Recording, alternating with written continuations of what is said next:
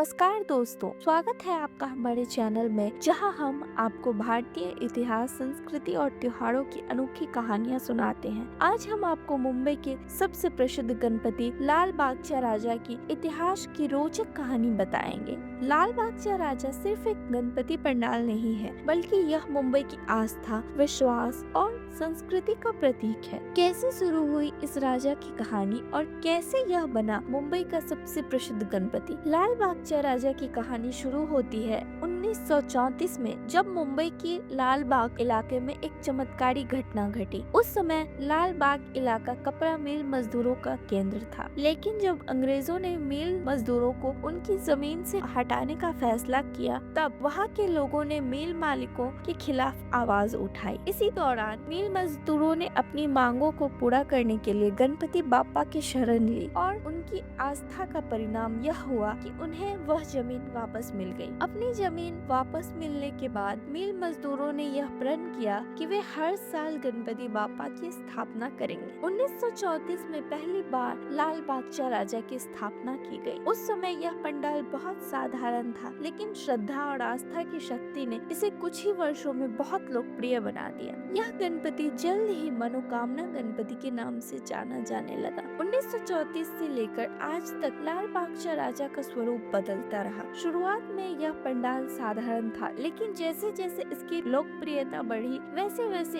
इसकी भव्यता भी बढ़ती गई। हर साल इस गणपति की मूर्ति की ऊंचाई, उसकी सजावट और पंडाल की भव्यता में बढ़ोतरी होती रही। 1980 के दशक में लाल बागचा राजा का आकर्षण इतना बढ़ गया कि अब यह गणपति मुंबई का सबसे प्रमुख गणपति बन गया है। लाल बागचा राजा की मूर्ति बनाने के पीछे की कला भी अद्वितीय है। इस मूर्ति को बनाने की जिम्मेदारी कामबाली परिवार को दी गई, जो पीढ़ियों से इस मूर्ति को बनाते आ रहे हैं। मूर्ति बनाने का काम महीनों पहले शुरू होता है और इसमें हर छोटी से छोटी डिटेल का ख्याल रखा जाता है। मूर्ति की भव्यता और दिव्यता का श्रेय इन कारीगरों को जाता है, जो अपनी कला और श्रद्धा से इसे जीवंत करते हैं। लाल बागचा राजा की एक और खास बात है नवसाची लाइन। यह वह है जिसमें भक्त अपनी मनोकामना पूरी करने के लिए बप्पा के चरणों में जाकर प्रार्थना करते हैं। इस लाइन में लगने के लिए भक्तों को कई कई घंटे इंतजार करना पड़ता है,